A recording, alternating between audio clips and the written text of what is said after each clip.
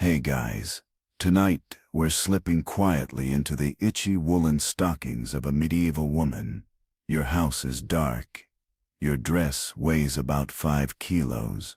You've probably buried at least 2 children already. And to top it off, someone just accused you of being a witch because you know how to read.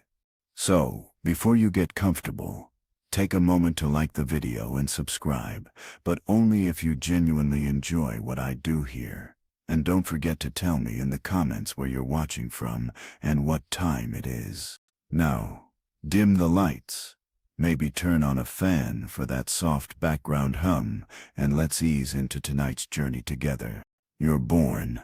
That's your first mistake.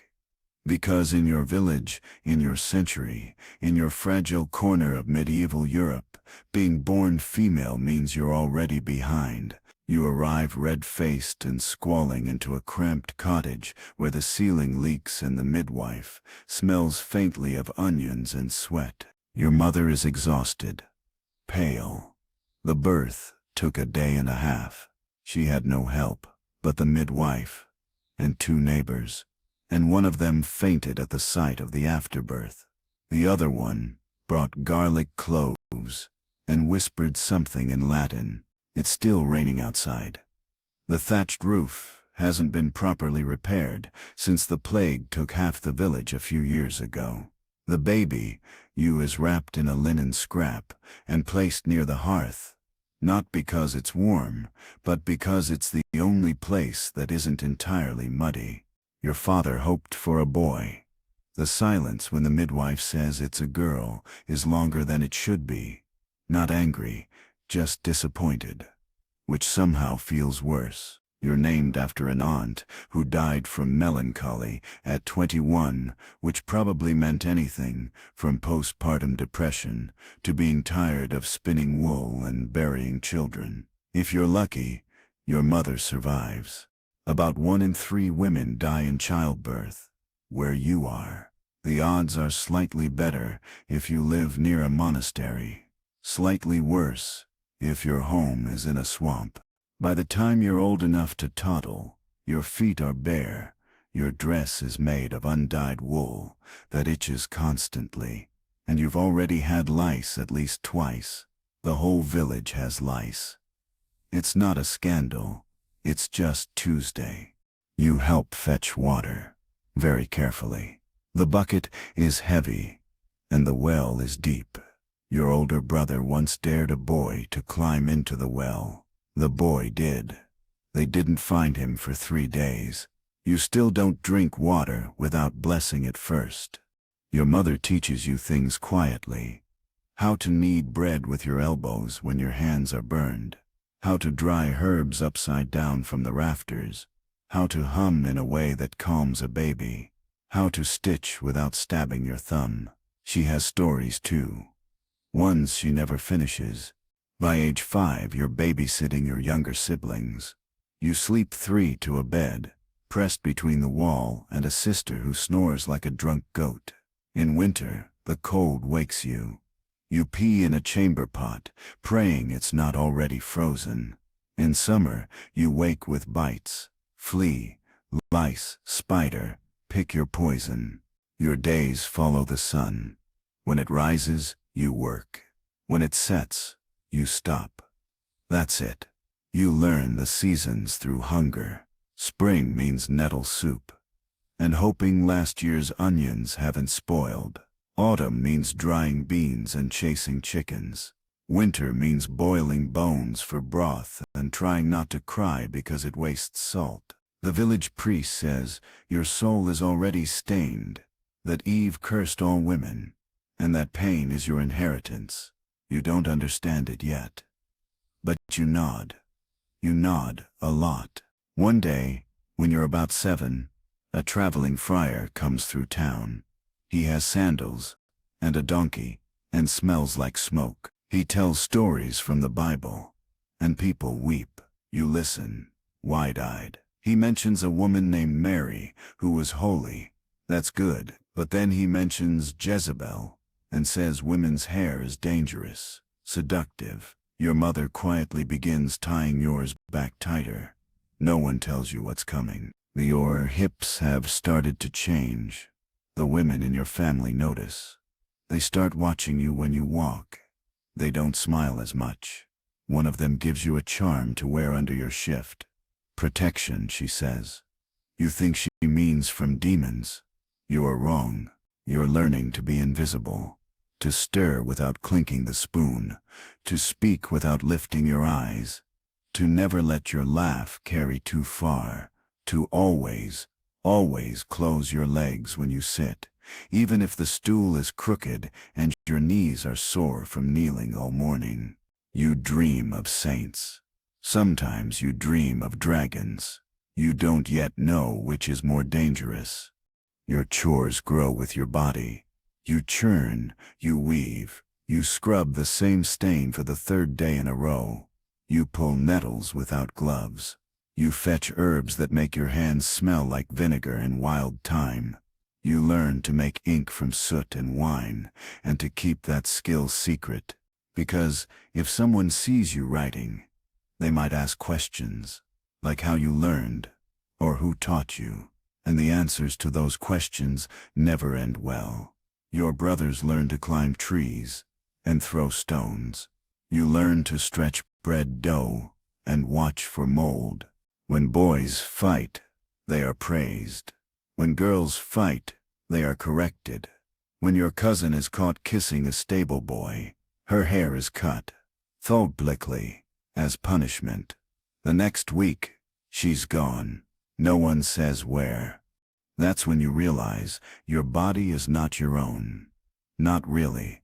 It's something to be managed, hidden, feared, and still you laugh sometimes. When no one's looking, you and your sister tell stories about animals that wear boots and goats that get married. You carve your initials under the table. You pretend, just for a moment, that you will grow up to be an abbess, or a healer, or someone who rides a horse without asking. But for now, you lower your eyes, pull your shift down, and smile when told. Because you're a girl, and that's what you do. You're 12, which means your body is now officially under public discussion, not by name, of course. No one says her directly. But you feel it, the way your uncle glances sideways during dinner, the way the women in the village lower their voices when they speak about you, but never low enough. You start to understand that your future is being negotiated like a bushel of wheat, quietly, urgently, and without your input. You've started bleeding. The first time it happened, you thought you were dying. There was no warning. Just a sudden, warm shame between your legs while you were hauling kindling. You dropped the sticks. Your aunt saw the stain on your shift. She didn't scold you, just handed you a piece of old linen and whispered, "Fold it 4 times. No one explains much more than that. There's no grand ritual, no celebratory feast, no secret book of womanhood passed down with candied almonds and knowing nods. Just rags, discomfort, and a lot of silence. Oh, and sheep's wool, stuffed into your underthings when there's no linen to spare, which there often isn't. Now that you're a woman, your chores don't change, but your mistakes carry weight. Vidna forumen el simendio you, matsin wend fears nami nava mesabi. Nadi, nadetuzebal. Which is not a compliment. Walk home alone? Well, don't. The word dowry begins appearing like a storm cloud. You don't really know what it is, only that it's both a burden and a currency. Your father is quietly inspecting the family goat more often. Your mother starts saving bits of fabric, offcuts, scraps, anything that might one day be stitched into your wedding dress. Not a white dress, of course. Just the best they can manage. Your neighbor's daughter was married at 13. She cried the entire wedding, not because she was sad, exactly, but because she was terrified. Her husband was twice her age, a thatcher with a bad leg and a worse temper. Her parents told her, It's better than nothing, and in this world it is. So you begin to prepare. Not for love. That's a troubadour's invention. Your only preparation is for endurance. You learn to make beer. Not well, but well enough that it won't kill anyone. You learn how to dry rose petals into something vaguely pleasant for the bathwater you'll only get once a month. You practice smiling with your lips, but not your teeth, because too much happiness is suspicious in a young woman. People might think you're scheming, or worse, clever. You're told to pray, often, loud enough to be heard, but not so loud as to seem theatrical. God sees your heart, but your neighbors see everything else, and it's their opinion that determines whether you're marriageable. One day, your mother pulls you aside. Her hands are cracked from years of ash and cold. She's gentle, but her voice is tired. They're thinking of matching you with Tom the Cooper's son. You blink. He's fine, you suppose. He has both ears, most of his teeth. You once saw him feed a dog, which seems promising. But also, he once spit into a well just to hear the splash. You don't say anything. What would be the point? It's not a bad match, she adds. His family has good barrels. You nod. Of course. Barrels. The foundation of a healthy marriage. By 13, you're betrothed. There's no ring. Just a small loaf of bread passed between families, which symbolizes a hunger, probably. You won't be married for another year or two, depending on the harvest, your father's debts, and whether anyone in either family dies unexpectedly, though that part is practically a given. In the meantime, you begin wifely training. You sounds impressive until you realize it's just more spinning, more bread making, more water hauling, plus the occasional horrifying tip like never cry during the wedding night or always check the milk for frogs. Yes, frogs. Because sometimes, when another woman hates you, she might try to curse you, and nothing ruins a marriage faster than cursed cheese. You've stopped dreaming about saints. You now dream of beds that don't creak, and husbands who don't snore. You know better than to expect kindness. But you do quietly hope for absence. He'll be a merchant, often away on business, or a soldier, gone for seasons at a time. That's the best-case scenario. A man you rarely see. Meanwhile, you're learning to move quietly. Not just your footsteps, your opinions, your thoughts. You notice how the older women speak, in half-sentences, how they signal danger, with glances, express rage with bread dough, how a slammed pot can mean 20 different things, depending on the time of day. You're learning too. How to avoid becoming the topic of church gossip, how to stitch without ever sewing your fingers. How to look plain, but not dowdy. How to make small talk about weather and saints and pigs without ever saying anything real. And just when you think you might have a grip on it all, just when you think maybe you can manage this strange new life, someone mentions childbirth. And everything inside you goes still, because you've seen it. Not the act itself, never that. But the aftermath, the pale, the trembling mother, the too silent room, the cloth soaked red, the midwife's face, grim and quiet, and sometimes, too often, the cradle that stays empty. You ask your sister once, in a whisper, "Does it always hurt?" She doesn't answer. She just takes your hand, squeezes it once, and changes the subject. Later that week, you find a bit of folded paper hidden under a rafter, a prayer written in awkward Latin. You can't read all of it, but you recognize one word, salus, safety. You fold it back and leave it where it was. Some secrets are too sacred to disturb. One evening, after the sheep are penned and the bread is cooling, you sit by the fire with your mother. She's mending a tunic. You're darning socks. The candle flickers, soft and slow.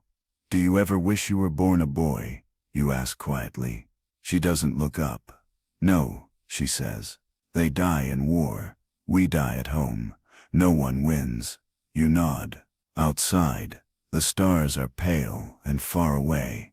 A dog barks. Somewhere, a baby cries. And you go to bed, clutching your linen rag, praying for a future that's not too cruel. The wedding comes on a Monday. Not because it's romantic. Romance is for minstrels and nobles with nothing better to do, but because Monday is a work day and there's leftover bread from the weekend. You are 15, and the dress they put you in smells like dried lavender, old sweat, and sheep. It used to belong to your cousin. She died, giving birth 2 winters ago. No one talks about it. Your hair is braided tightly, so tightly it pulls at your temples. A red ribbon is tied into the braid, meant to symbolize fertility. You hate how it feels, like you're being decorated, like an animal at market. The church bells ring, a dull, wobbling sound. They're cracked, of course. Everything is. The priest has a lazy eye and forgets your name halfway through the vows. You don't correct him. Your husband, Tom, the cooper's son, smells faintly of beer and sheep hide. He says nothing, just nods, like he's agreeing to buy a barrel. There's no kiss. There's no music. There's bread, wine, and a few nervous jokes from your uncles. You sit at the long table like a guest at your own sentencing. Someone tells you to smile. You try. It doesn't reach your eyes. When the sun sets, someone places a wool blanket over your shoulders and tells you to go with your husband. You're escorted to a small house behind the cooper's workshop. It has 1 window, 1 bed, and 1 chair. You've never had your own anything before. It should feel exciting. It doesn't. That night, you lie still, listening to him breathe beside you. He doesn't say much. He doesn't ask if you're scared, just does what he's expected to do. So do you. No one tells you that the first time might involve tears. No one tells him, either. And so you both fumble in silence. You wake the next morning sore and older, in a way you can't explain. Your mother visits a few days later. She brings you cheese and quiet pride. She doesn't ask how the nights are going, just says, you'll get used to it. And you do. Kind of. Because being a wife isn't one thing, it's all the things. You cook. You clean.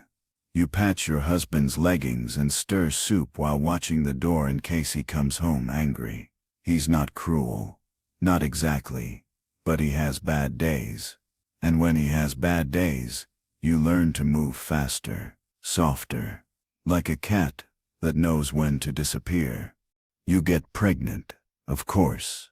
You're not sure when exactly. You just feel off one morning, queasy and flushed. Your back aches, in new ways, and then the blood doesn't come. Your husband is pleased. He smiles in that proud, quiet way of men who've never had to give birth. His father tells the priest. The priest tells everyone. You're congratulated, hugged, handed a jar of pickled plums. Inside, you feel like a small animal, locked in a barn. Pregnancy is not beautiful in your world.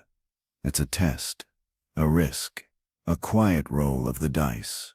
The midwife visits, and she looks you over, feels your stomach, and says, strong hips, you'll be fine. You want to believe her, but you remember your cousin, your aunt, your neighbor's daughter. You keep working, of course. There's no rest. You haul water with your stomach round as a melon. You knead dough with aching hands. You clean soot from the hearth, with your head bowed low so no one sees the tears. The birth comes early. Or late. You're not sure. You stopped counting the days after week 20. It starts at night. A strange wetness. A deep pull in your belly, then a wave of pain that makes you drop the soup pot. You scream. The neighbors come running. Someone sends for the midwife. Your husband vanishes. He says it's women's work. The next 12 hours are a blur of heat, blood, salt, and prayers. You scream. You whisper. You pray to saints you barely remember. You bite down on a leather strap so you don't shatter your teeth. And finally, there's a wail. Not yours. A baby's. They place the child on your chest. It's warm, red, and furious. A boy. Everyone cheers. No one asks how you feel. You sleep for a day. Maybe 2. You're not sure. Your breasts ache. Your hips feel like they've been split by an axe. But the baby is alive. So are you. That's victory. Now comes the next part. Being a mother, which is just like being a wife, but with less sleep and more crying. You learn to nurse while stirring porridge, to rock a cradle with one foot, while threading a needle, to smile when people say, "He has your eyes," even though you haven't looked in a mirror in months. The baby gets sick. Of course, they all do. You crush herbs. You sing lullabies. You place hot stones in cloth and lay them by his feet. He gets better. For now, your body never quite recovers. Your back hurts in new ways. Your stomach is soft and strange. Your hair falls out in handfuls for weeks. But no one tells you that, either. You're just expected to return to the world. Return to chores, to sewing, to smiling. And when your husband touches you again, 2 months later, you don't resist. But you do stare at the ceiling the whole time. Because you know what comes next. And you're not sure you can survive it twice. But you will.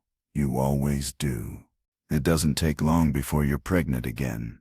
Your mother offers a weak smile and a small loaf of honey bread.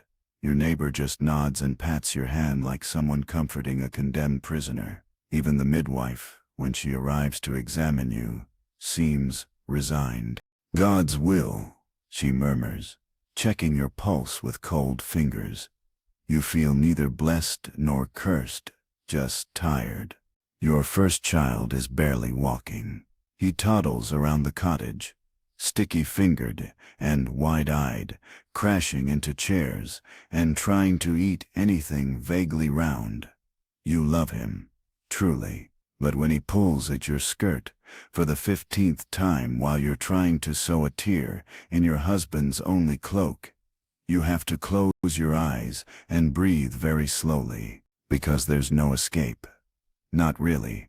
Motherhood in your time is like walking across a frozen pond every single day, quiet, careful, aware that any wrong step could mean everything breaks.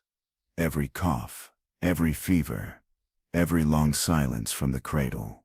These are warnings, threats, omens. You don't write down your children's names in any book. There is no baby album, no birthday parties. Just whispered prayers and wool-wrapped charms tucked under their pillows.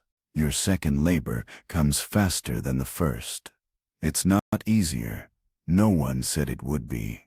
But the pain is less frightening now, not because it hurts less, but because you've already made peace with the worst. The baby is a girl. There are fewer cheers this time. Your husband thanks the midwife, but doesn't smile as much. Your mother still brings honey bread, though. You love her for that. You name the girl something soft, something that reminds you of warmth and flowers. Not that she'll ever see many flowers. She'll be kept inside, mostly, sewing, spinning, being taught to lower her voice and keep her knees together. Still, you hold her close, whisper nonsense in her ear, and tell her she's strong. Maybe if you say it enough times, it will be true. Emener seed, mate, views, Namenanide. The boy walks now, speaks in half-words, laughs in sudden, contagious bursts. And you begin to feel, not happy, exactly, but settled, until the plague comes. It always comes, eventually. No one calls it that at first. Just a bad harvest. A foul smell in the air. Too many crows. Then someone's goat dies. Then a child. Then 3 more by the week's end. The priest holds a mass, says it's punishment for sin. People nod, terrified. You light candles. You wash everything in vinegar, though you're not sure why. It just feels like something a living person would do. Then your son gets a fever. He coughs. You try not to panic. The midwife visits. She says it's nothing. You nod like you believe her. But then he won't eat. Then he won't wake. You stay up all night, rocking him, whispering prayers you barely remember the words to. Your husband pretends to sleep, turns his back to the room. In the morning, your son's skin is cold. No one talks much during the burial. The ground is hard. Your hands bleed from digging. Your dress is muddy. Someone places a sprig of rosemary in the grave. You forget who. That night, your husband drinks too much. You go outside, sit behind the cottage, and cry for the first time in weeks. Not loud, not dramatic. Just quiet, like the wind slipping through the trees. Your daughter is still alive. She's all ribs and wide eyes. You cling to her, like a raft. The priest tells you to accept God's plan. You want to ask him, what kind of plan includes burying a child in winter? But you don't. You just keep going. One day at a time. You return to work. Because there's always work. The chickens don't care if you're mourning. Neither does the laundry, or your husband really. Grief has no place in a thatched roof house. Weeks pass. Spring comes. Eventually, the air smells different. Your daughter laughs for the first time since her brother died. It sounds like a cracked bell, uncertain but hopeful. You plant herbs. You sing again, sometimes. You stitch flowers into your daughter's tunic, even though no one will see it but you. You smile. Not often, but more than before. Because even in a world that's indifferent, cruel, or just exhaustingly practical, there is still softness. Still the smell of baking bread. Still the flicker of candlelight on a rainy night. Still the weight of your daughter's hand in yours. And that's something. Not everything, but something. The years blur. One day, you're carrying your daughter on your hip while stirring a pot of lentils, and the next she's old enough to carry her own water from the well, though she spills half of it, giggling the whole way. You're 23 now, though you feel older. You catch your reflection in the stream sometimes and hardly recognize her. Your face is thinner, but your arms are stronger. You've learned how to stretch a pot of soup for 3 days, how to gut a fish without flinching, how to tell the weather by the ache in your knees. And still there's no pause, no holiday, no me time. That's not a thing. Your husband works with wood, comes home smelling of pitch and sweat, and says little. He's not unkind, but not curious either. He doesn't ask what you think of the news from the next village. He doesn't notice the new embroidery you stitched along the tablecloth. Sometimes he gives you a nod of approval if the bread turns out particularly round. Affection comes in subtle forms, a slightly larger piece of meat, a bench repaired before it splinters, a moment of silence when you cry, not a hug, never a hug, but silence. And in this world, that counts. Your daughter is 7 now, which means the world is starting to notice her. A merchant's wife comments on her posture. The priest makes an offhand remark about future husbands. You feel the quiet panic bloom inside your chest. She's too young, but you were too. So you begin to teach her, in ways no one taught you. Not just spinning and soup, but secrets. How to spot bad men by their silences. How to pretend to be smaller than she is. How to smile without showing her teeth when afraid.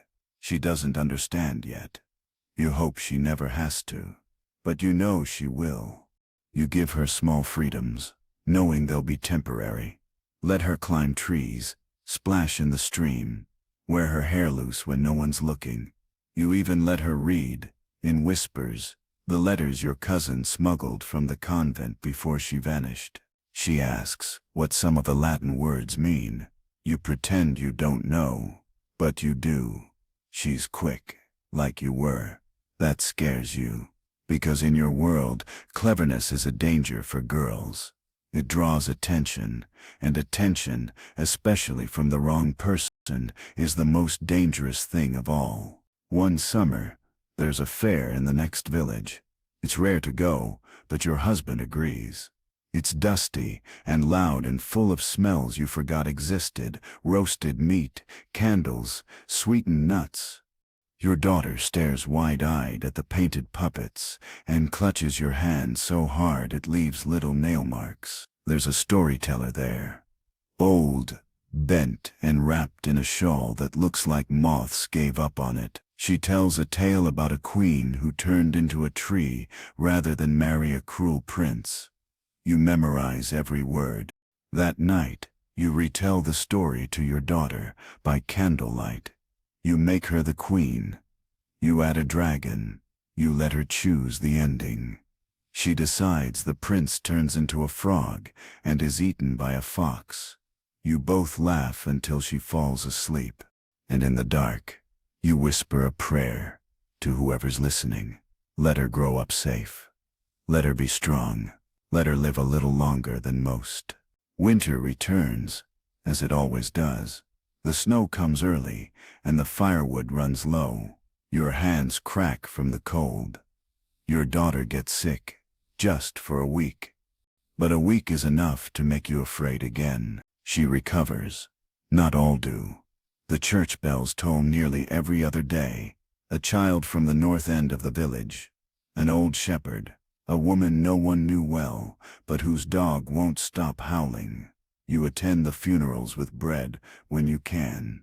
Sometimes just a nod. No one expects more. Grief is rationed like salt. Then, one night, a knock on your door. You open it, and there stands your sister. You haven't seen her in 8 years. She fled after a scandal, rumors of a secret lover, maybe a child. You never knew the truth. Now she's older, leaner, wearing a traveling cloak and boots that say she's walked too far. You bring her inside, feed her. She says little, but her eyes say everything. She holds your daughter's hand. Her hands tremble. That night, while your husband snores, the two of you talk by candlelight. She tells you about towns where women work as scribes, where widows run inns, where someone named Eleanor rules with more power than most kings. You almost don't believe her. And then you want to. You ask if she regrets running. She says, not once, but she looks at your daughter when she says it. In the morning, she's gone. Left before sunrise. Left a note under a crust of bread. Keep teaching her. Don't let her forget her name. You tuck the note into the hem of your cloak, and you don't forget. The next time your daughter asks for a story, you tell her about queens who plant forests with their footsteps, about wolves who protect their daughters, about a woman who carried all her secrets in a single stitched sleeve, and you let her decide how it ends. Number, you're 27 now, which is considered middle-aged for someone like you. If you were a noble woman, you might still be swanning around a manor in linen veils, writing letters in Latin and praying decoratively near stained glass windows. But you're not a noble woman. You're a cooper's wife with 2 surviving children, 1 missing sister, and a back that aches every morning from bending over the fire. Still, you're alive. which is more than many can say. Your daughter is almost 10. She's tall for her age, with sharp eyes and a stubborn streak you recognize with both pride and dread. She wants to help with everything. Cooking, mending, even chopping wood. Let her feel strong for now. The world will try to take it from her soon enough. Your husband has grown quieter over the years. Less critical. Still blunt, but now in a way that feels routine, not cruel. He hands you a mug of warm ale on cold mornings, repairs the stool without being asked. These are his ways of saying thank you. He still never asks what you're thinking. But then again, no man does. And yet, for all its sameness, something shifts this year. It begins when the priest dies. He was old, well past the age when most men go, and the village held on to him as long as it could. He wasn't kind exactly, but he was predictable. Now, with him gone, there's uncertainty. The new priest is young, too young maybe. He arrives in clean robes, hair combed, eyes sharp. He quotes scripture like he's memorized it for sport. He speaks of obedience and temptation. Mostly, he looks at women too long. Not lasciviously. No, that would be too obvious. But with something colder, like measuring. Within weeks, he's made changes. He demands more attendance, longer prayers, harsher penance. The old rules, that quiet space, where women whispered, traded herbs, passed bread, begin to tighten. You feel it like a corset around the whole village. He bans singing during spinning. He accuses 2 widows of inappropriate gatherings simply for sharing a pot of tea without a man present. He says women must confess more frequently for their souls. But you know it's about control. One day your daughter comes home from Sunday instruction in tears. You sit her down, make her tea with too much honey. Wait. She says the priest told her girls who ask questions are impure. You close your eyes. Breathe. This is how it starts. You remember your sister, her letters, her fear, her freedom, and something in you hardens, so you begin to resist.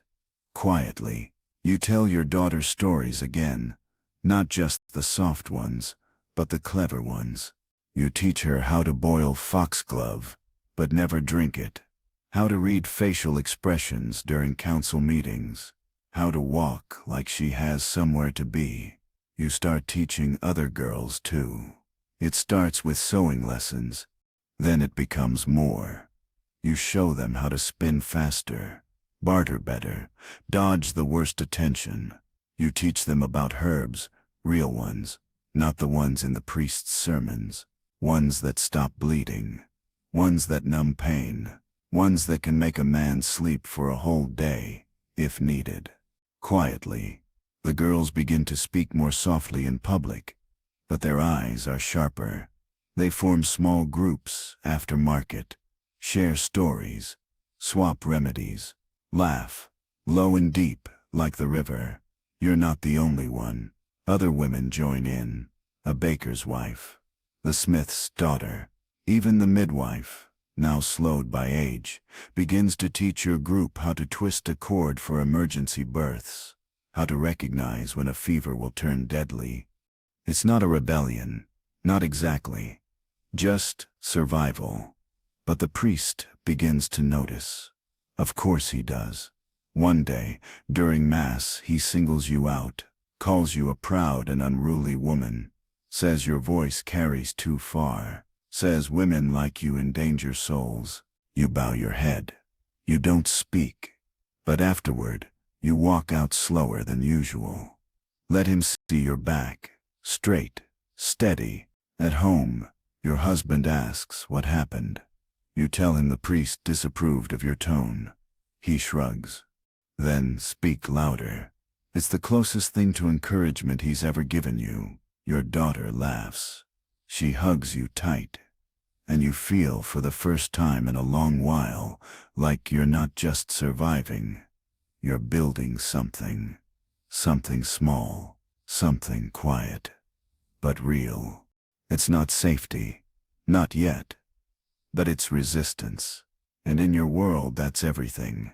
Spring returns, as it always does, with mud, lambs, and gossip. But this spring feels different. The frost melts faster. The air carries that strange green scent of newness. And in the village square, people seem to linger just a little longer than usual, as if waiting for something to happen. You keep your routines, bread, buckets, babying the hens. Your daughter, now nearly 11, has taken over sweeping the cottage floor each morning without being asked. You say nothing, but your heart swells. You've started meeting with the other women, more openly now. Not defiantly. No, but with less pretense. You gather around the well, around baskets of mending, around loaves cooling on windowsills. The pretext is always practical. Stitching, boiling, sorting grain. But beneath the hum of chores, other things pass between you. Advice, warnings, plans. The young priest, the one who called you unruly, seems increasingly uneasy. You're not sure if he suspects what you're teaching, or if he simply senses that his voice no longer echoes the same way in your ears. Either way, his sermons grow longer, his eyes sharper. He preaches fire and shame to girls who used to only fear bees. And then it happens. The miller's niece goes missing. No one says the word aloud, not at first, but you know what everyone's thinking. Not plague, not wolves, witchcraft. It always comes back to that. The girl, 16 and clever, had been asking questions. Too many, some said. She once refused to bow during confession. She had herbs in her satchel, not bread. The priest noticed. 3 days after her disappearance, her satchel is found near the woods. Inside, crushed nettle, dried garlic skin, a half-finished spool of blue thread. The village whispers rise like smoke. Museand, the priest announces, a cleansing. A public trial of faith. Yun, just to ensure the women's hearts remain pure, he says. You know what that means. You've seen it before. It won't be a burning. Those are rare, expensive, and frowned upon by the bishop, unless there's noble blood involved. It'll be subtler. Accusations, shame, isolation.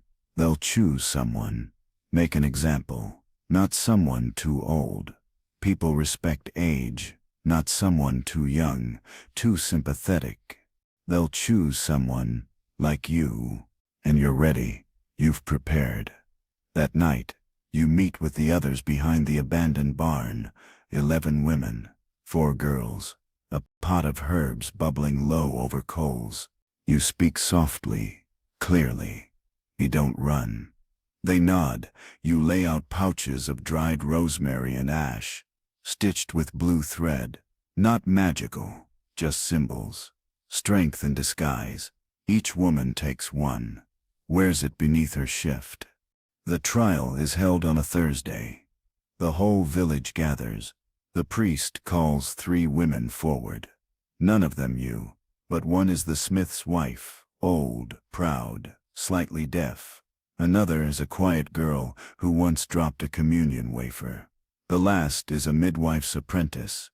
They're questioned in public, asked if they dream of devils, if they know how to make a man fall in love with a glance, if they've ever touched a black cat at midnight. You stand behind the crowd. You don't blink. The women say little. What could they say? The priest calls for signs. Asks the crowd if anyone has seen suspicious behavior.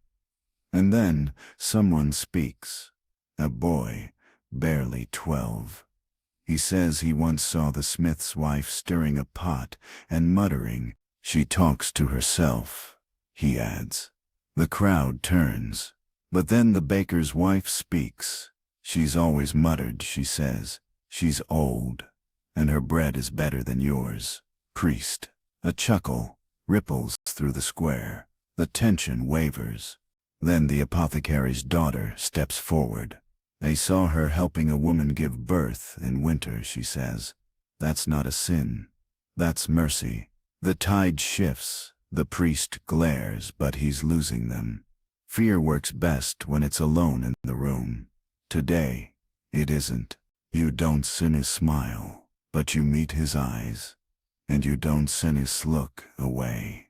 The trial ends without punishment. Officially, the women are found, misguided but redeemable. They semper, ordered to recite prayers and remain under holy observation. Unofficially, they're safer now than they were last week. You go home, boil soup, mend socks. But inside, something has changed. Your daughter senses it. That evening, as she dries dishes, she asks, "Will they try again?" "Then we'll be ready," she says. And you believe her. You pass her the last dish. She hums while she dries it. It's a lullaby your mother sang, a song, older than the priest, older than the church, older than the fear that clings to the corners of your life. And for a moment, the cottage feels warm. Summer comes hot and early, like a drunk barging into a room too fast. The well dries by June. Chickens pant in the shade. Children sleep with their feet out the windows. And you, well, you sweat through your shift by mid-morning, then sweat again after lunch, then one more time while hauling firewood, because everything in this life seems to require wood, even in July. Your daughter is nearly 12 now. She's growing fast, faster than you did. Maybe. Or maybe you just forgot how sudden the change is.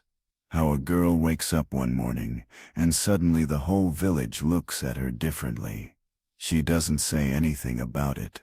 But you see her adjusting her shawl more often, crossing her arms when she walks past the men at the tavern.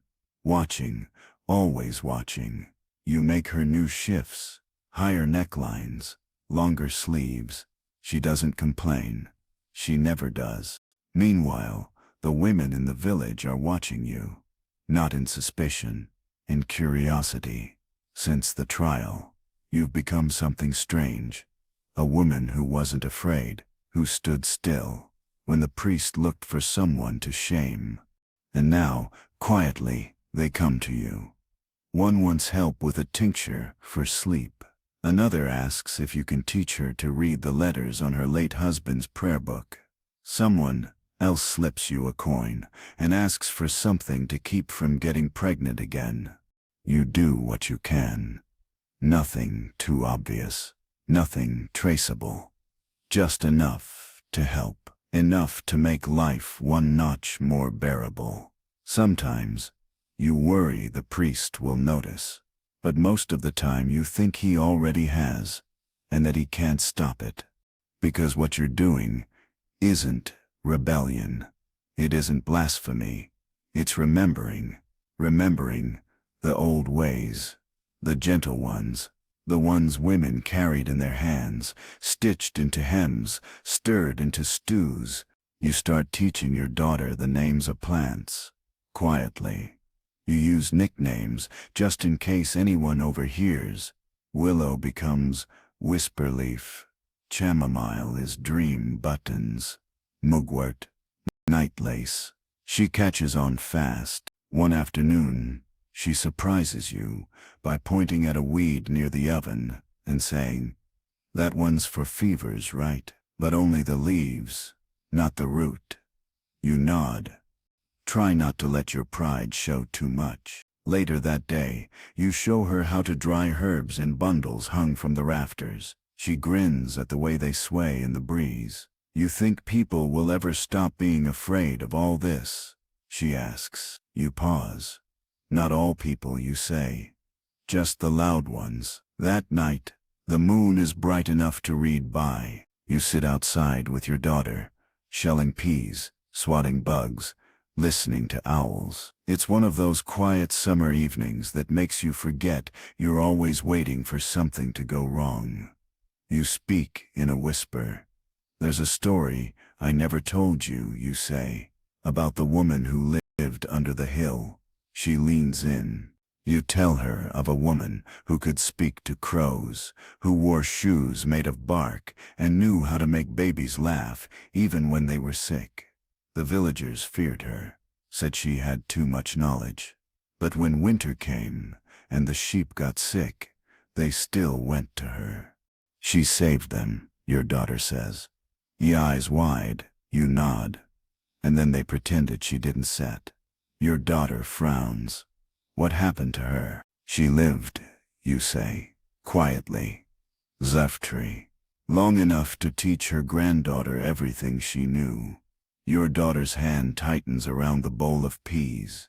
Later that week, a visitor arrives in the village. Not a priest, not a soldier, a woman. She's older, traveling with a bundle of books and a bag full of ink pots. Says she's looking for lost texts, medical ones. You recognize the accent. It's from the South, the cities, where women sometimes do impossible things like write or speak or choose not to marry. She stays in the baker Sip's loft. Doesn't Sep preach, doesn't Sep pry. Just asks questions at the market about old songs, old plants, old sayings. You watch her carefully, and one afternoon you approach.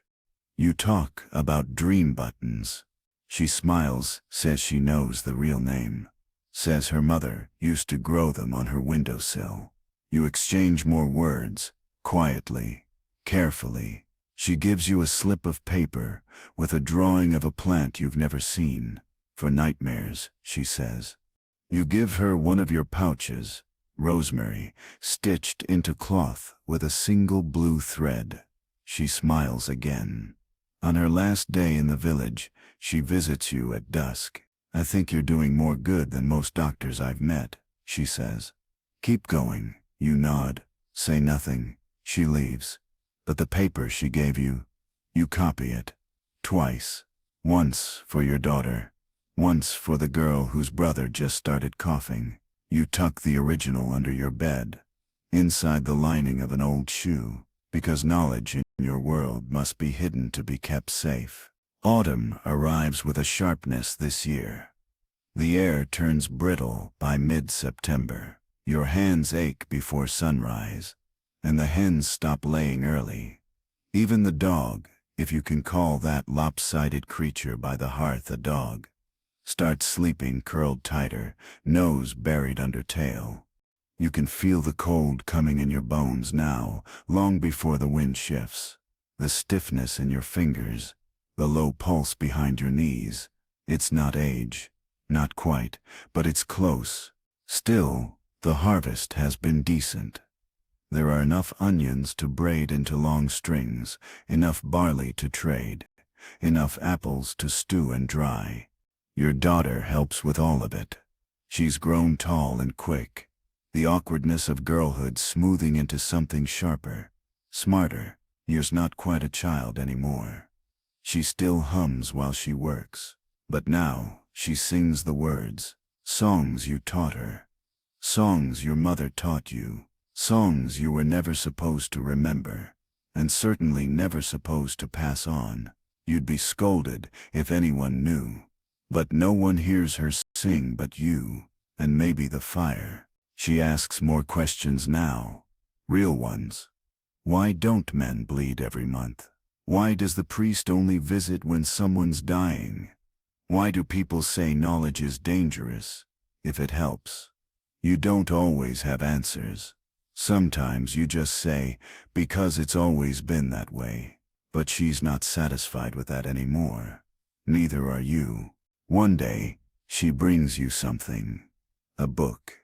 Not a real one, not leather-bound and beautiful like the monks use, but a small booklet, hand-stitched, with pages made of scrap parchment. Inside are drawings of herbs, small notes, Bits of borrowed Latin, clumsy ink smudges. I started it last winter, she says. Thought it might help if something ever happens. You hold it carefully. Flip through the pages. There's a section labeled Burns, another titled Sickness in the Chest. Under pregnancy, she's drawn a poppy and a warning, only use if no other choice. Your throat tightens. You want to praise her. You want to scold her. You want to tell her to hide it better. Instead, you say, add a section for pain in the joints. You'll need that someday. She laughs. She always laughs when you make old woman jokes, as if you're ancient, as if you're not only 30. That night, you light 2 candles instead of 1, just because. And for the first time in years, you sit down and write something of your own. Just a short entry. A recipe for calming tea, dried apple peel, mint, honey, if you have it. You sign it with a small symbol your sister once carved into the side of your cradle. A swirl, a mark that means nothing to anyone but the women who still remember. The next morning, the priest makes an announcement. A new law from the bishop. All unofficial gatherings of women, especially for purposes of healing, are to be reported. Some of you, he says from the pulpit, have grown too bold. You keep your face still. Your daughter's jaw tightens beside you. That afternoon, your spinning group dissolves, outwardly at least.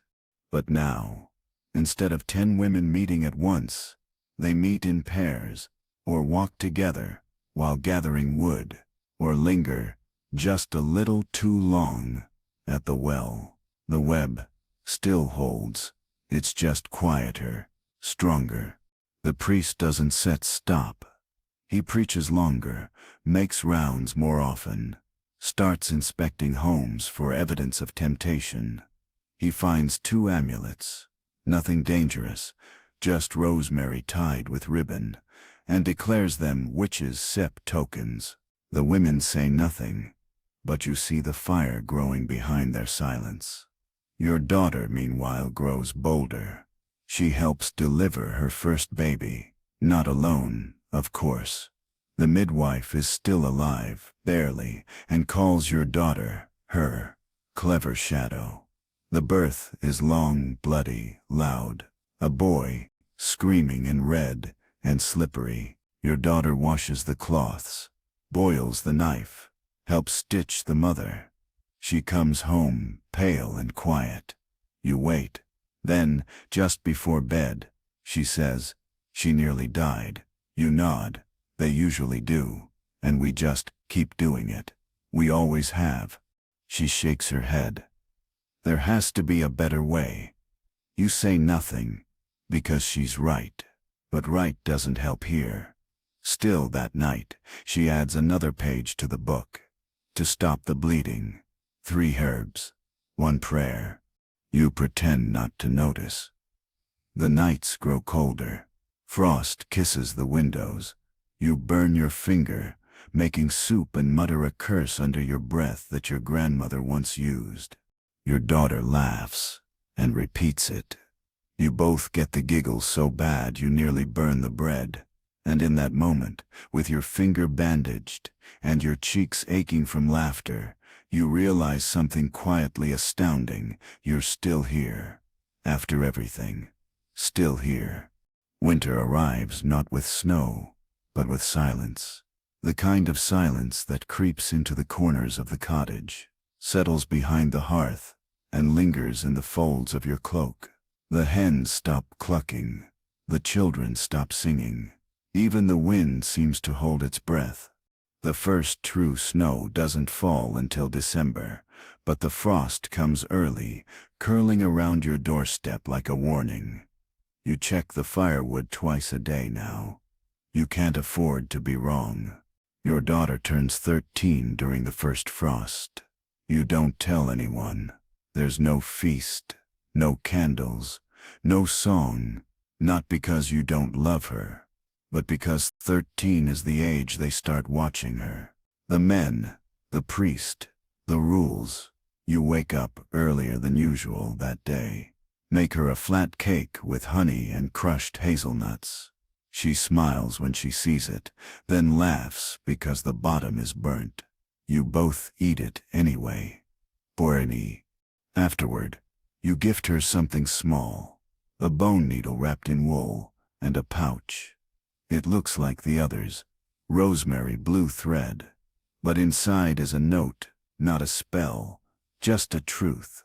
You are not wrong for being alive in this body. She reads it, says nothing, but her eyes shine. The days shorten. You light candles earlier. You go through the motions. Soup, spinning, stories. But there's an unease in the village, because someone is watching. You don't know who. But you feel it. Someone new at Mass. Someone quiet at market. A man who asks too many questions about unauthorized gatherings. Someone sent by the bishop, maybe. Or just a bored scribe with too much ink and too few morals. Either way, your bones know it before your brain does. Danger is close. You warn the women, meetings stop completely. The herbs are hidden under the floorboards. The book is buried in a jar near the orchard, under the fourth tree from the left. You don't panic. You prepare, because this isn't the first time, and it won't be the last. But then, the baker's youngest daughter disappears. She's 15, femboth, loved, gone, no note, no trace, just silence. And the silence, now, is louder than anything. You don't sleep that night. Neither does your daughter.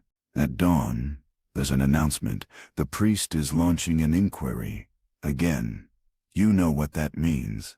He wants names, confessions, public penance. This time, it won't just be whispering. This time, it'll be blood. So, you gather. Not openly. Not as one group. You leave a stone near the well, turned upside down. The sign. By nightfall, 9 women meet you in the woods. You don't bring fire. You don't need light for what comes next. You make a plan. Who to hide. Who to help. Escape. Who will stay. You already know you'll stay. Your daughter doesn't argue, but her jaw is tight the whole walk home. 2 nights later, the scribe comes to your door. Not the priest. Not the bishop.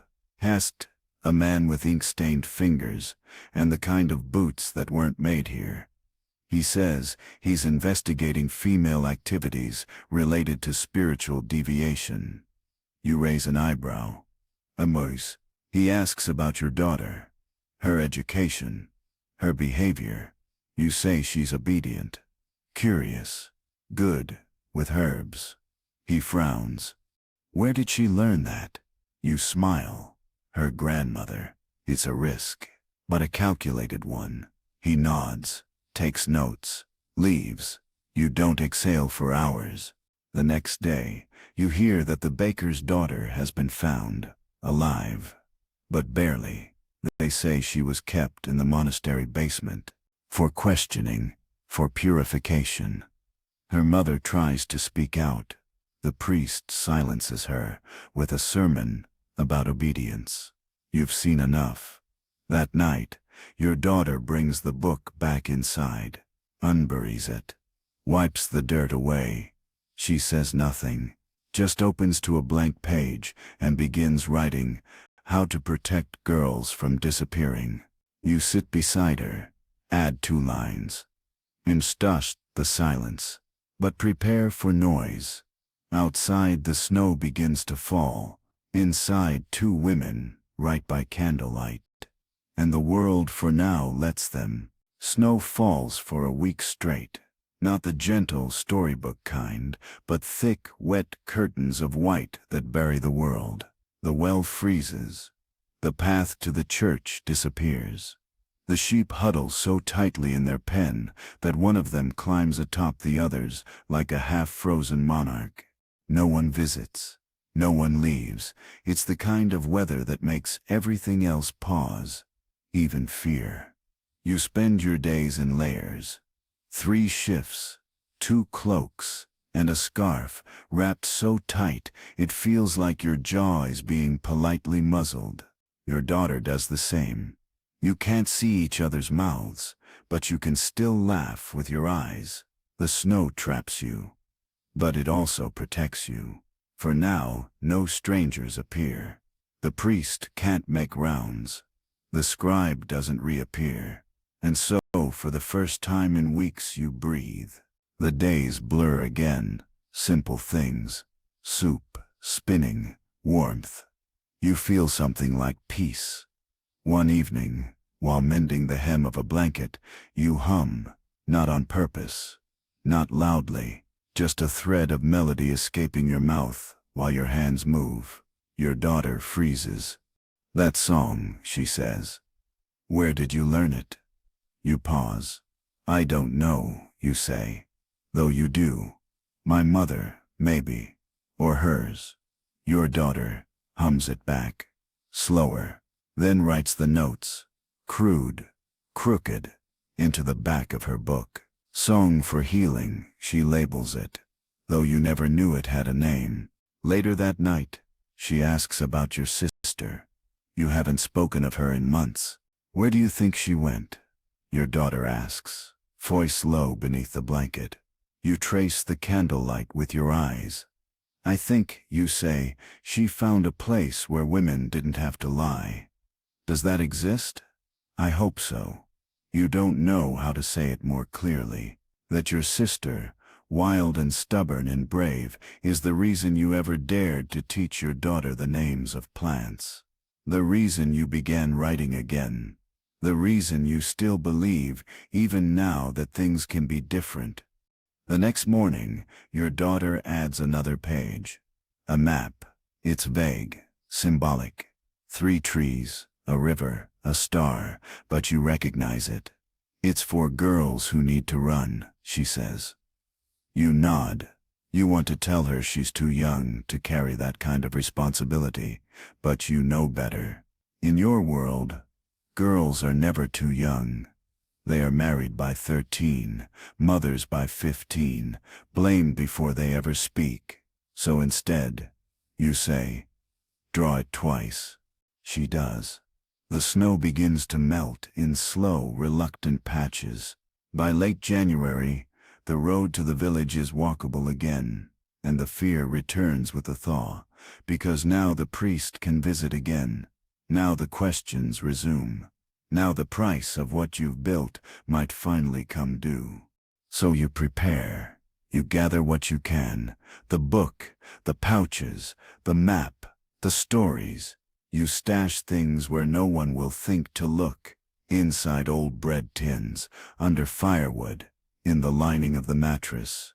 You make copies of the most important pages. Diary 1 set by the orchard. Send another set by hand with a woman who brings salt from the coast and asks no questions. Your daughter asks, "If they come, do we run?" You don't answer right away. Then you say, "We run only if we must." That night, there's a knock at the door. Not loud, not rushed. Just firm. Your breath catches. Your daughter grabs your hand. You open the door. It's the midwife. Her hands are shaking. "They're taking names," she whispers. "Tomorrow." You nod. You already knew. After she leaves, you sit down, carefully, quietly. Your daughter watches you. You write one more thing in the book, in your own script, neat and certain. If they ask for truth, give them silence. If they demand silence, give them story. You fold the page, kiss your daughter's forehead, and sleep lightly. Because tomorrow will come, and you'll be ready. Morning breaks gray and cold. Not dramatic, no thunder, no fanfare. So fine, just a dull light that slips through the cracks in the shutter, nudges you awake, and reminds you that yes, today is the day.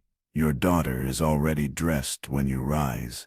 She stands by the hearth, poking at the coals with a steady hand. Her hair is braided. Her boots are on the right feet. Her jaw is set in that quiet, stubborn way that makes her look like your sister.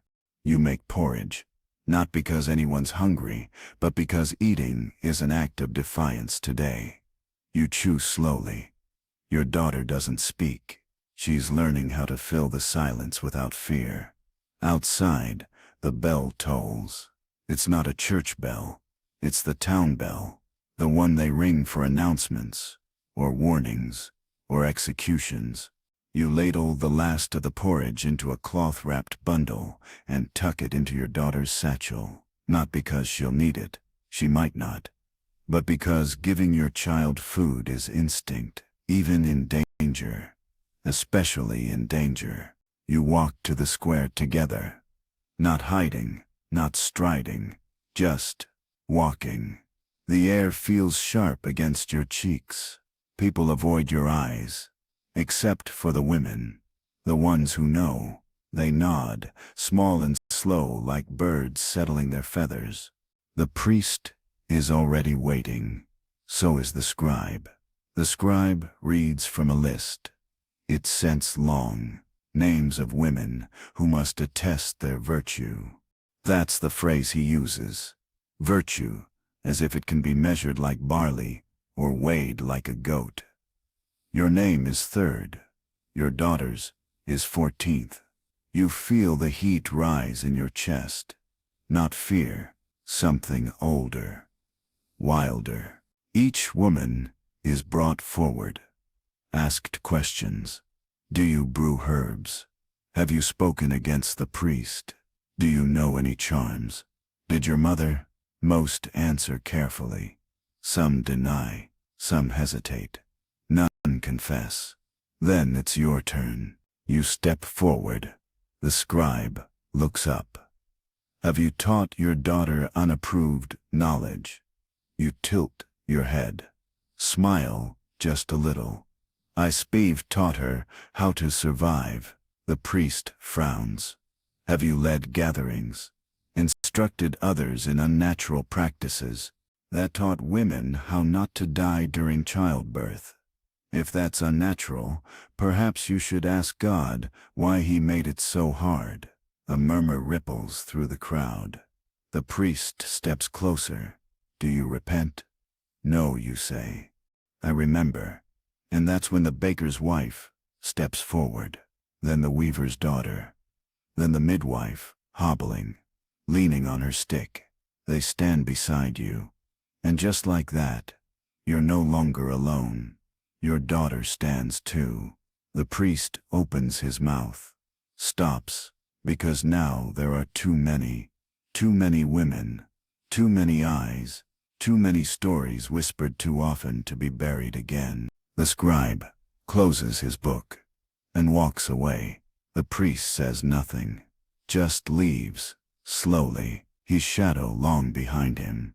No one cheers. There's no applause, just the wind. But something has shifted. You walk home without speaking. Your daughter slips her hand into yours.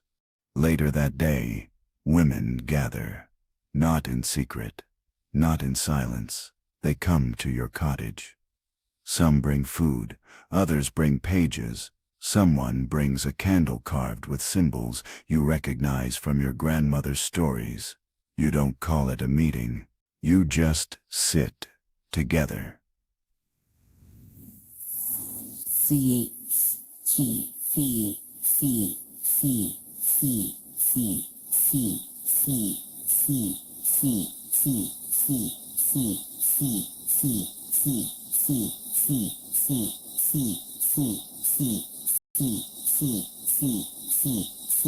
Your daughter writes faster than you now. Her script is surer, her eyes sharper. She'll outgrow this cottage soon.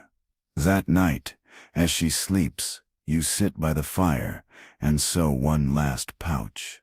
Not rosemary this time, not blue thread.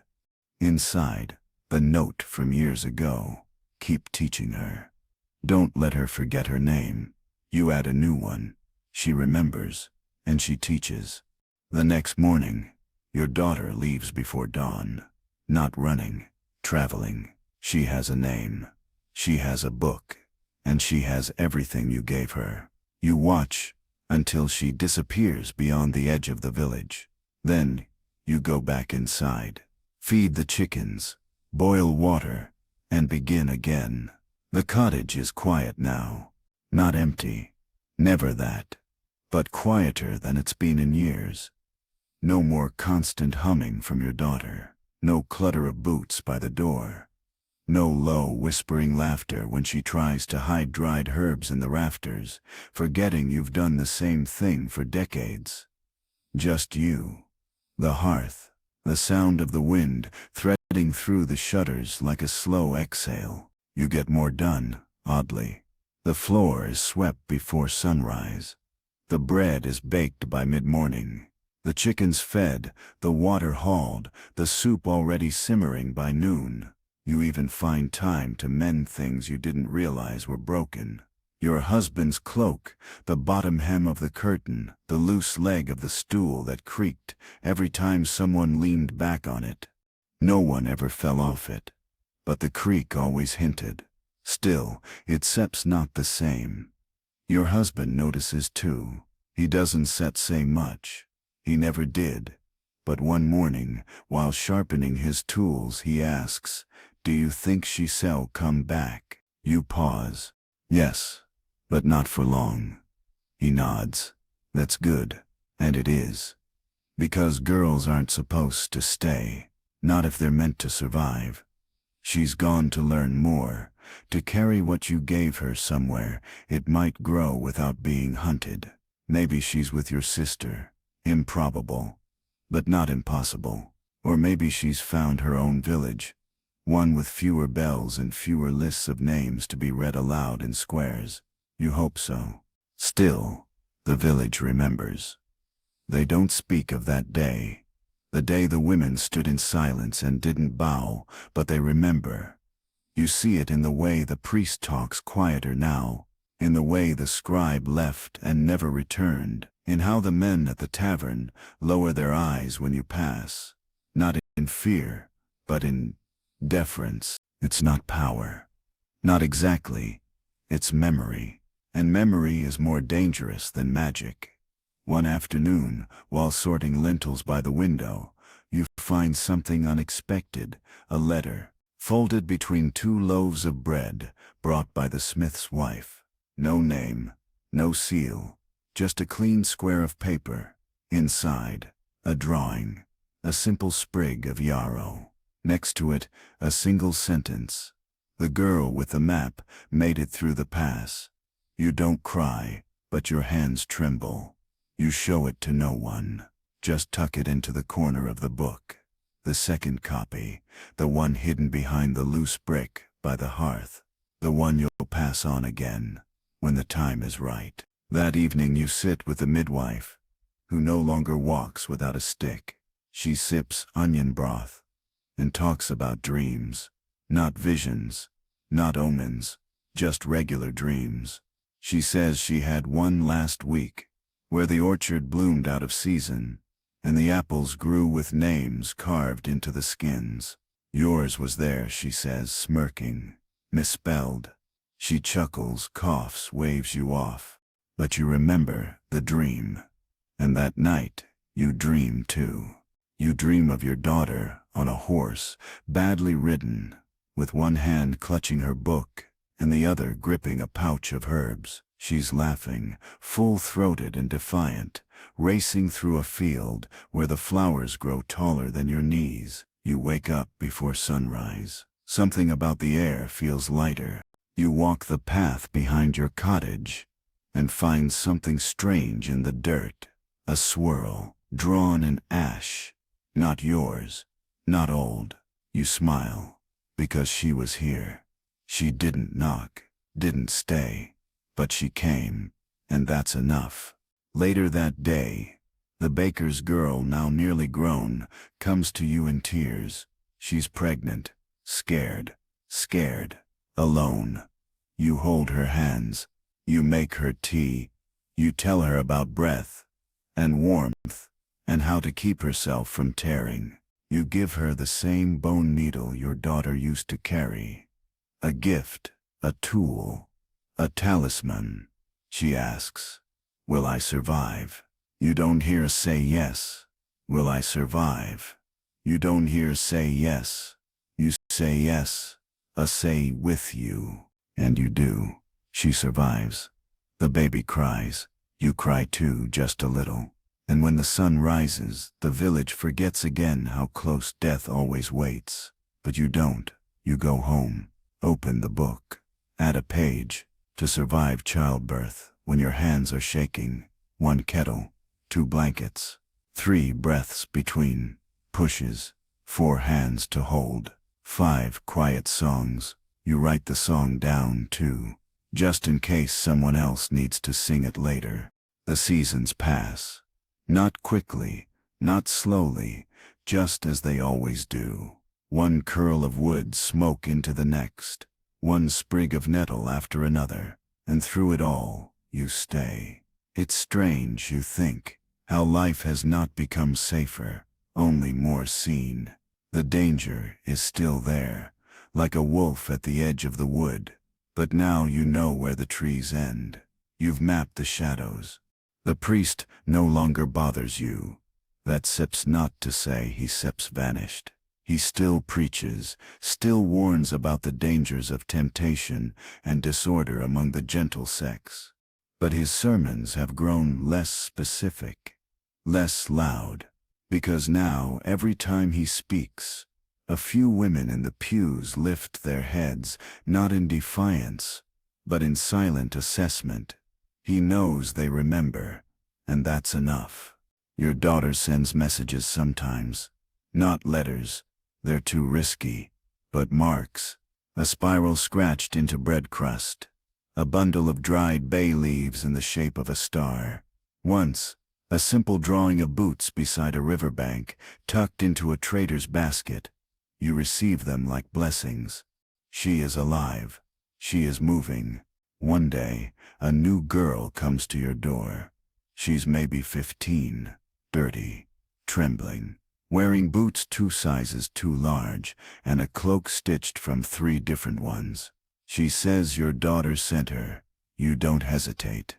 You bring her in, feed her something warm, give her clean wool and a place to sleep. She says her name is Lynn, that her mother was a seamstress, that her uncle tried to marry her to a man with yellow teeth and a habit of spitting after every word. So she ran. Your daughter met her on the road, gave her a pouch, said, "Find the woman with the gray braid and the scar on her thumb. Tell her, you, Sev, come to remember." So Lynn came. You let her stay. She's sharp, quiet at first, but observant. Learns the names of plants faster than you did. She already knows how to boil water, but you teach her when not to, how to wait for the bubbles, how to steep. You tell her stories, half of them true, the rest true enough. She sleeps curled like a cat beside the fire. You never ask what she escaped. One day she helps with a delivery, a baker's second child, this one a stubborn breech. You tell Lynn what to do, and she does it. Calm, steady. Even when the mother screams, the baby arrives blue but breathing. Afterward, you sit in the quiet and hand Lynn the bone needle. She stares at it, then at you. You say nothing. She understands. Weeks later, 2 more girls arrive. You don't advertise. You don't seek them out. They just come, sent from one woman to another. A chain made of herbs and hope. You show them the book. Let them each copy a page. By spring, the cottage feels full again, not like before. This isn't your daughter's laughter or your sister's boots by the fire, but full in a new way, like seeds planted under snow. One evening, Lynn asks, "Do you ever wish you'd left?" You consider it. Then, no. Someone had to stay behind. To teach the ones who couldn't run, she nods. Later, you hear her humming. Not the song your daughter used to sing, but a new one, with the same rhythm. You smile, because you know what comes next. More girls, more quiet hands, more maps made of stories. The village may never change fully. The priest may never soften. The world may never admit it owes everything to the women who bled and boiled and buried too many children. But they'll remember you. Not your name, maybe, but your work, your fire, your pouch with the blue thread. And that's enough. That's the whole spell. By the time summer ripens again, the cottage no longer feels like yours alone. It's a way station now. A place with more boots than beds, more herbs than dishes, more whispers than prayers. The girls come and go, some for a night, some for seasons. All of them carry something. A bruise, a fear, a name they can't say out loud. You don't ask questions. You give them food, bandages, knowledge, a place to breathe. That's enough. Lynn stays. Not because she must. She's strong enough to leave by now, but because she wants to. She becomes your shadow, your voice when your throat is dry, your second set of hands when 3 women labor at once, and all of them want warm broth at the same time. She's clever, but she's careful. She never boasts. When the priest passes her in the street, he thinks she's just another silent girl with steady eyes and a full basket. He doesn't know she's the reason 2 babies are alive this year. You let him stay ignorant. The women of the village bring more offerings now, not payment, not really, but gifts. Goat's milk, a length of ribbon, an old necklace missing its clasp, little things, symbols. They don't say thank you. You don't ask them to. One morning, the blacksmith's wife leaves a bundle by your door, inside a child's dress, neatly folded, a note, just 2 words for later. You tuck it away, because one day, someone will need it. There's still risk, of course. Norries, the church still sends letters, the priest still warns about wild women with dangerous hands, but fewer people listen. Because when they need real help, when the birth doesn't go right, when the cough won't break, when the bones won't set, it's not the priest they call. It's you, and Lynn, and the girls. Sometimes a girl arrives so young, it hurts. Eyes like yours used to be, wide, alert, half-starved for kindness. One such girl, maybe 10 years old, won't speak for days.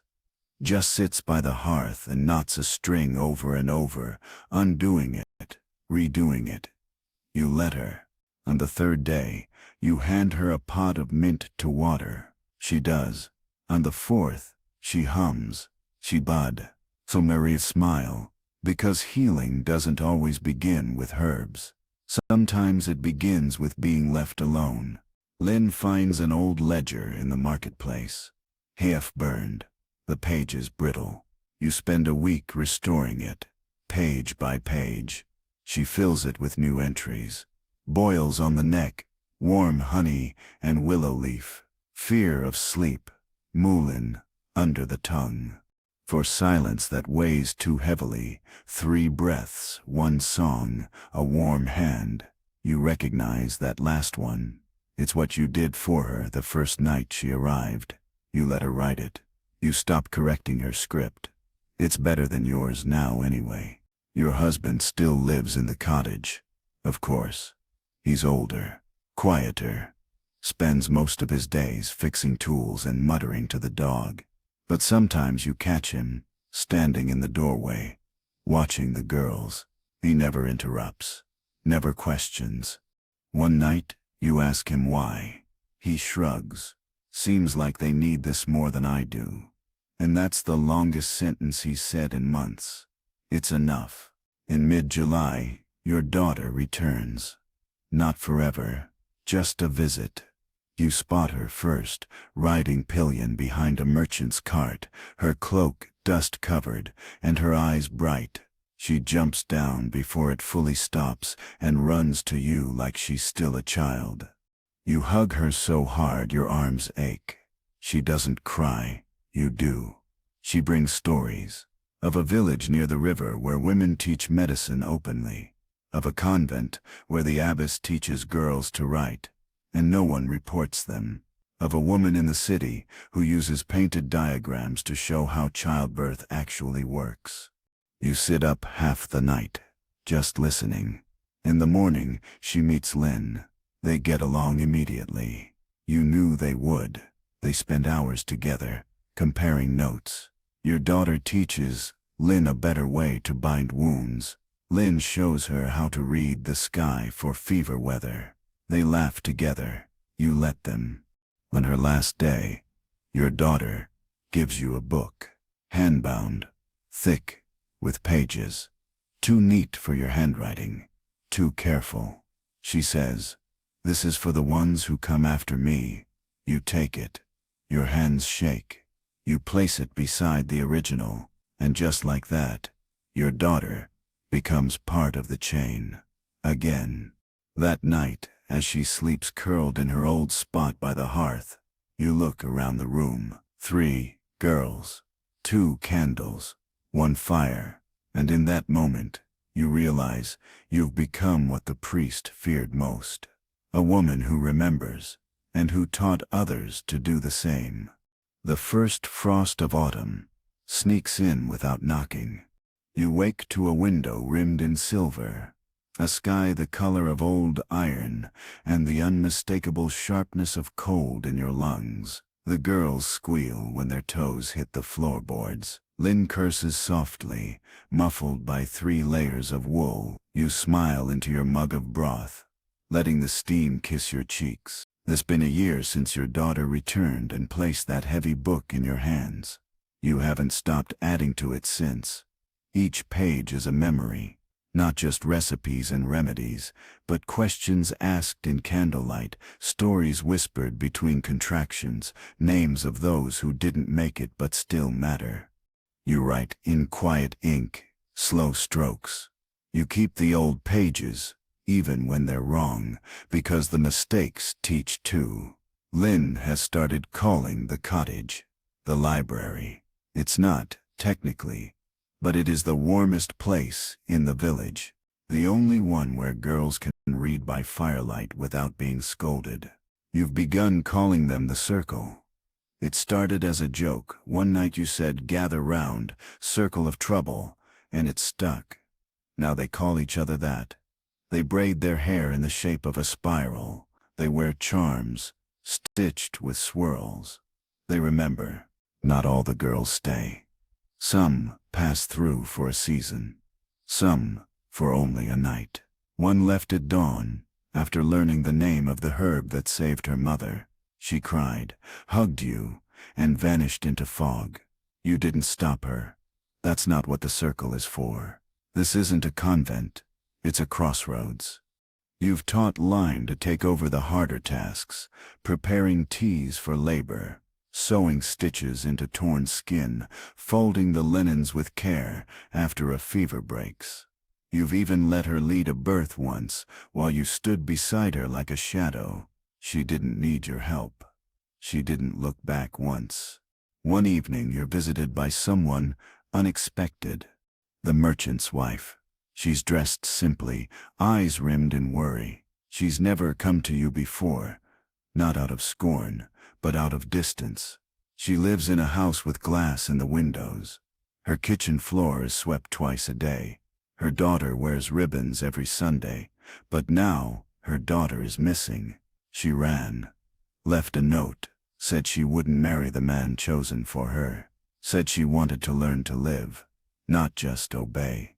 The merchant Sepp's wife looks at you like you might have the answer. You tell her the truth. She probably learned from one of ours. A pause. Then, is she safe? You nod. She Sepp will be taught. Another pause. Then, good. She stands, straightens her cloak. Before she leaves, she hands you something, wrapped in silk, tied with gray thread. It's a pendant, a stone shaped like a spiral. She wore this, she says. Give it to someone who'll use it. You add it to the box near the hearth. That night, Lynn carves a new shelf into the wall, not for books, for gifts. Charms, notes, swatches of cloth. One girl left behind a pair of shoes with the soles patched in moss. Another left a spoon carved with her own name. Each offering is a memory. Each one says, I was here. I learned. I went on. You begin teaching more than healing now. Words, history, names. You tell them about the women who came before, the quiet ones, the brave ones, the ones who were burned or forgotten, or simply erased by time. You speak their names aloud in the cottage, as if naming them plants their roots. One day, Lynn asks if she can start writing down the stories. You hand her a blank book. She calls it Asterisk, the quiet archive, Asterisk. And just like that, the circle becomes more than memory. It becomes preservation. It becomes resistance. And though winter comes again, harsh and early, teeth bared, you feel something new rising beneath the frost. Not rebellion, not even hope. Just a quiet certainty. You are no longer the only fire in the dark. Winter deepens. Snow piles high against the door.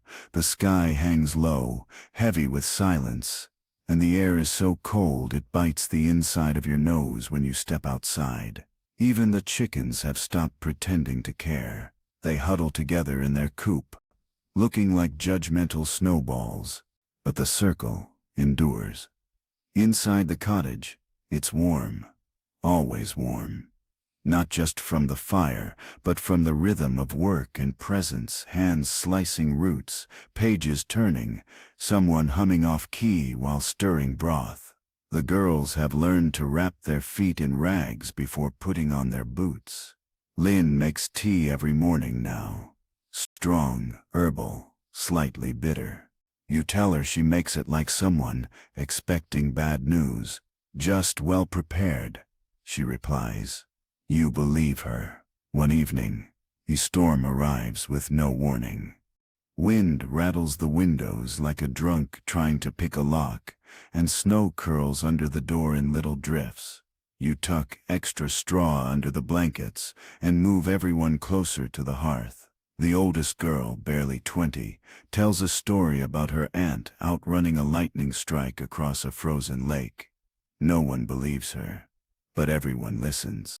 That night, someone knocks. It's almost midnight. Everyone goes still. You open the door. It's a man, wet, shivering, eyes wild. He's carrying a girl in his arms. She's unconscious, skin like wax, hair damp and clinging to her cheeks. My niece, he gasps. She sips burning. You nod. Motion for him to come in. He hesitates, sees the others, the herbs, the books, realizes who you are. Then very quietly he says, please. You take the girl. Lynn helps strip her gently, wrap her in warm blankets. Fever's high. You recognize the signs. Lungs, winter rot. It's bad, but not hopeless. You and Lynn work without speaking, boiling bark, grinding seed, coaxing the girl's body to remember how to breathe. The man waits in the corner. He watches the way you move, the way the girls help you, passing cloth and water and kindling like a practice dance. He says nothing. By dawn, the girl is sleeping, still fevered, but sleeping. The man steps forward, kneels beside the hearth. Thank you, he says. Whatever they say, I don't believe them anymore. You don't answer. You hand him a pouch. Boil this. Twice a day. No more. He nods, asks nothing else. When he leaves, he takes the girl gently, as if she's steps made of glass. Lynn watches him go. After the door shuts, she whispers, "We scared him." You nod. "We healed her. That sep's scarier." Word spreads, of course. Quietly, as everything spreads here. A man came. A girl was saved. The circle knows what others do not. The priest doesn't speak of it. Neither does the merchant. But the candle you light in the window every night, it now has a twin in another cottage, then another. By week's end, 5 homes keep a single flame burning after dark. The light means you can knock here. The light means you are not alone. One afternoon, while sorting dried thistle, Lean asks, "Do you think we shall ever stop hiding?" You answer carefully, "Not yet. But maybe, one day, if we last long enough." She frowns. That sounds slow. Survival usually is. That night, she adds a new section to the quiet archive. Signals. A spiral on the door, =sign safe. Blue thread at the wrist, =sign you know the stories. One candle after dark, =sign you can knock. You read it once, then twice, then right beneath it. When the fire burns in 5 houses, it cannot be put out. By the next week, there are 7 candles. The snow melts like it's apologizing. Soft at first, just trickles down the thatch, a slow drip from the corners of the eaves. Then, faster. Puddles form in wagon tracks. The hens return to judgmental clucking. The road reappears, muddy but walkable. And with it, so do the watchers. You notice them first, as shapes near the edge of the woods. Men in cloaks, not villagers, faces turned too long toward windows that aren't theirs. They speak to no one, leave no trail, but their presence hangs heavy. They're not here for bread. They're here to assess, to measure, to report. Lynn notices too. She says nothing, but moves more quietly now. Leaves the lamp unlit at night. Keeps the archive tucked behind the 3rd floorboard under the stove. You both know what's coming. It starts with questions, as it always does. The priest preaches, again, not about salvation, but about disobedience. Not about virtue, but about roles. He speaks of Eve, of ruin, of the disease of knowledge. You remember that phrase. It always comes just before the punishments. Then, a scribe appears at the market. This one is younger, slick, smiles too much. He asks what the candles mean. No one tells him. He pretends not to notice that more homes have them now. 12, then 14. But you know the math he's doing in his head. How many? How fast? How far does this go? You keep teaching. Be quietly, carefully. You change the signs. A new stitch added to the blue thread. A different swirl drawn beside the well. You split the archive. Lynn copies pages by night. 2 girls from the western farms ride out before dawn with duplicates wrapped in flour sacks. You boil tea as if it's just tea. You speak as if nothing has changed. But everything has. One morning, the youngest girl in your circle, a miller's daughter named Bet, doesn't arrive. You send word. No answer. 2 days later, the blacksmith's apprentice sees her being taken away in a cart with church markings. You gather the circle. There is no panic. Just a deep, steady dread. You write her name into the archive. Lynn draws a candle beside it. That night, no one sleeps. Not out of fear, out of planning. Because you know this is not the end. This is the test. You double your teaching. Every girl learns every herb, every code, every exit path. The cottage becomes a school now, not just for healing, but for escape. Lynn develops a system. Red pouch for sickness, blue for memory, gray for flight.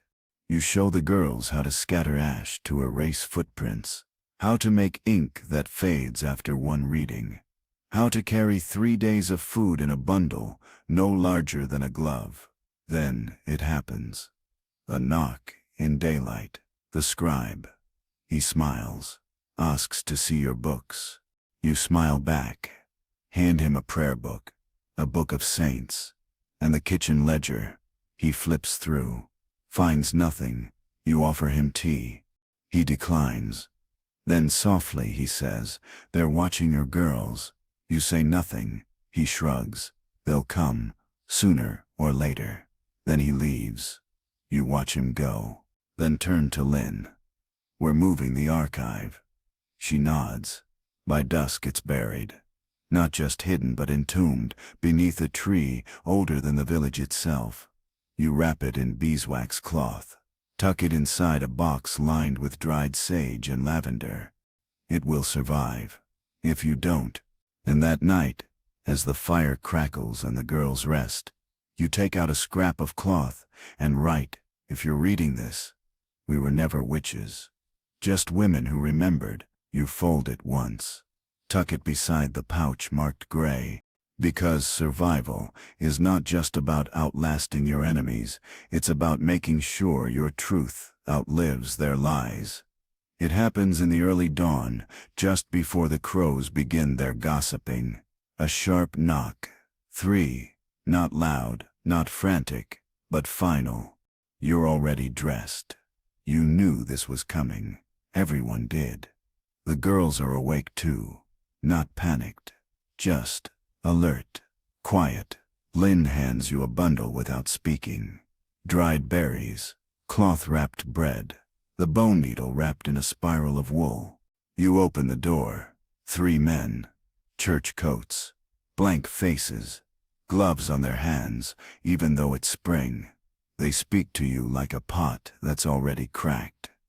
As if this is kindness. You nod. Say you'll come. You do not tremble. Inside, Lynn gathers the girls. Sends 2 of them to the orchard, with baskets. 1 to the well. 1 into the woods, with a pouch, stitched with 3 rows of blue thread. The rest stay. Just enough to look ordinary. You walk, with the men, to the church square. The bells toll. People gather. Your name is spoken. Your deeds are listed. All of them true. All of them spoken. Like crimes. You are not asked to deny them. You are not given a chance to speak. Instead, the priest declares, remedial penance, a cleansing, not fire, but public shame. They cut your hair. It falls slowly, like snow. You feel each snip, but you do not cry. You think of your daughter, of Linen, of Bet, wherever she is, of the girls who still wear blue thread, and the archive buried in a tree's roots. And then you laugh, just once. A soft, tired laugh. Because even if they burn the cottage, the truth won't go out. You're not the flame anymore. You're the spark that jumped. The ceremony ends. They leave you sitting in the square, your hair on the ground, your name in ashes. You walk home bareheaded. The girls say nothing. When you enter, Lynn boils water. One of them offers you a comb. You comb the ends. They braid them. And then you open a new page in the book. Not the old archive. That one is buried, protected. This is a new one. The third. Lynn places a hand on the table, presses her palm into a bit of flour to make a print. You do the same. One by one, the girls follow. No names, just hands. Marks of those who came after. That night, you sit by the fire, write one line. You can cut a woman's hair, but not her memory. And the next morning, you plant rosemary where your hair was buried. It thrives. Of course it does. The seasons turn once more. The rosemary bush at your door has grown wild, spilling fragrant tendrils over the stone path, like a secret, laughing quietly to itself. Children passing by sometimes pluck a sprig and tuck it behind their ears, unaware they're wearing defiance like a crown. No one speaks of that day in the square. But they remember. They always do. Soth, your hair has grown back, shorter, silver-threaded, tougher. You no longer bother tying it up. It does what it wants, and so do you. The cottage hums again, not with fear, but with momentum. The girls are older now. Not all girls anymore. Not quite. Lynn is a woman grown. Her hands as steady as yours once were. She started teaching others. 3 regular apprentices. 1 traveler who just arrived from the northern towns, carrying news written into the soles of her boots. The archive has split again. 1 copy is buried in the mountains. Another smuggled aboard a grain cart, headed for the city. The 3rd, Lynn, stays here, for now wrapped in wool and kept beside the lamp you never let go out. You've stopped leading most of the births. You sit, instead, a warm bowl in your lap, ready with cloth, with songs, with presents. Your knees ache. Your back is stiff. But your eyes still catch the flicker of change before it shows itself. One morning, you wake and realize you haven't had a nightmare in weeks. Not of fire, not of your daughter's absence, not of a priest's voice like gravel in a dark room. Just dreams of snowdrops, of salt, of the sound of your daughter laughing as she fails to boil tea properly. Lynn brings you letters now, carefully coded ones, tucked into baskets of carrots and sacks of flour. Messages from women in towns you've never seen. They sign with symbols. One uses a drawn spoon. Another, 3 dots in a row. Another, simply daughter of the woman with the map. They tell you the blue thread has reached the islands, that the song you taught has been translated, that a girl in the city stitched a spiral into her wedding veil. You sit on the porch with your tea and cry, not with grief, not with pain, with awe. Later that night, one of the girls asks you a question. What do we do if they come back? You smile. They already have, you say. And look, we're still here. You hold her hand, press something into it. The last pouch you ever made. Rosemary. Ash. A single blue thread. She tucks it into her cloak, like it's always been there. That night, they sing your daughter's song.